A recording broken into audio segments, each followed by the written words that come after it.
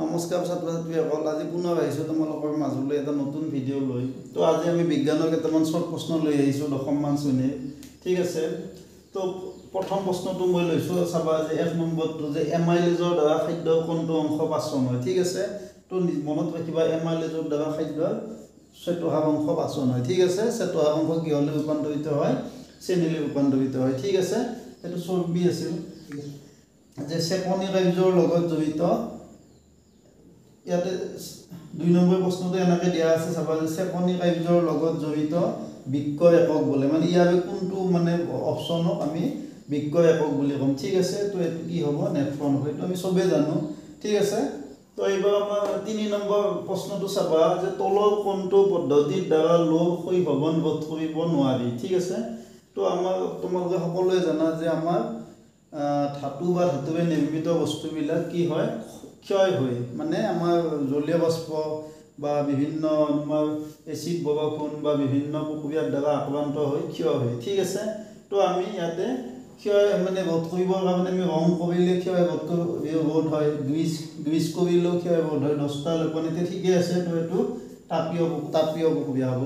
তো এতিয়া 4 নম্বৰ প্ৰশ্নটো চাবা যে ZnCuSO4 ZnSO4+Cu বিক্ৰিয়াটো সুধিছে। ইয়াতে কি সুধিছে? সংযোজন বিক্ৰিয়া, বিয়োজন বিক্ৰিয়া, প্ৰতিস্থাপন বিক্ৰিয়া, দ্বি-অপসাৰণ বিক্ৰিয়া। ঠিক আছে, তো সংযোজন মানে কি আছিল? সংযোজন মানে আছিল দুটা বা ততোধিক বিক্ৰিয়ক পদাৰ্থ লগ হৈ পেলাই এটা নতুন পদাৰ্থ উৎপন্ন হয়, এইটো আছিল সংযোজন। ঠিক আছে, তো ইয়াতে তোমালোকে চোৱা, দুটা লগ হৈ পেলাই এটা উৎপন্ন হোৱা নাই, বেছি উৎপন্ন হৈছে। ঠিক আছে, তো বিয়োজন হৈছিল কি? যে বিয়োজন মানে এটা বিক্ৰিয়কৰ পৰা দুটা বা ততোধিক বিক্ৰিয়াজাত পদাৰ্থ উৎপন্ন হোৱা। ঠিক আছে, তো এইটো নহয়, সংযোজন নহয়, বিয়োজন নহয়।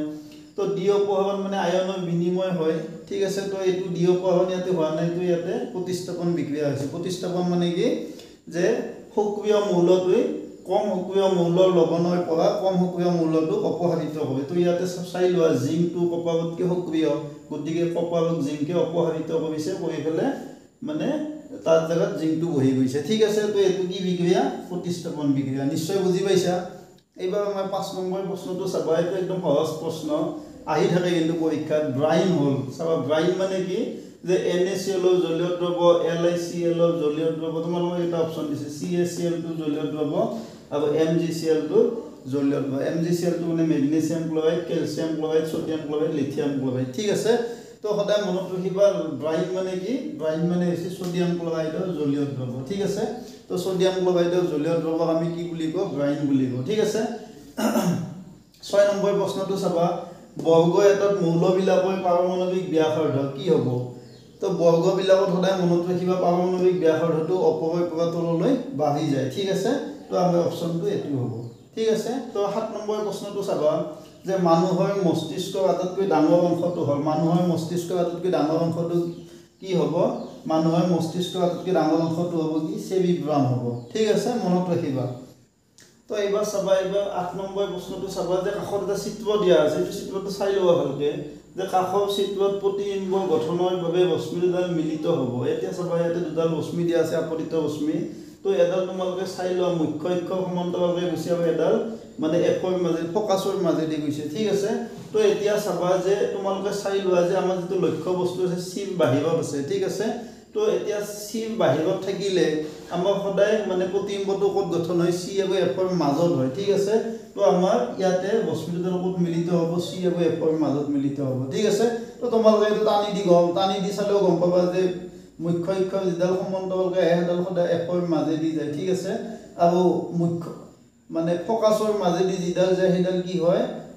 মুখ্য অক্ষৰ সমান্তৰালকৈ যায়। এনেকৈ সমান্তৰালকৈ যোৱা বুলি আমি আঁকি দিলে আমি গম পাম এইটো চি আৰু এফৰ মাজতে থাকে। ঠিক আছে, তো এইটো শুদ্ধ উত্তৰটো হ'ব চি আৰু এফৰ মাজত। ঠিক আছে, তো এইবাৰ 9 নম্বৰটো চাবা, যদি লেন্স এখনৰ ক্ষমতা -2D হয়, ডি মানে ডায়োপ্টাৰ। ঠিক আছে, ক্ষমতাৰ একক, লেন্সৰ ক্ষমতাৰ একক, তেন্তে লেন্সখনৰ প্ৰকৃতি হ'ব। এতিয়া চাবা যে আমাৰ যিবিলাক অৱতল লেন্স আছিল, তো ক্ষমতাটো নিগেটিভ দিয়া আছে, তো ক্ষমতা নিগেটিভ হ'লে কি হয়? লেন্সখন সদায় কি হয়?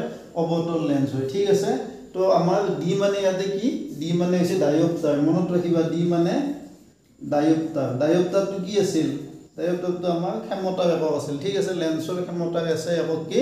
ডায়োপ্টাৰ।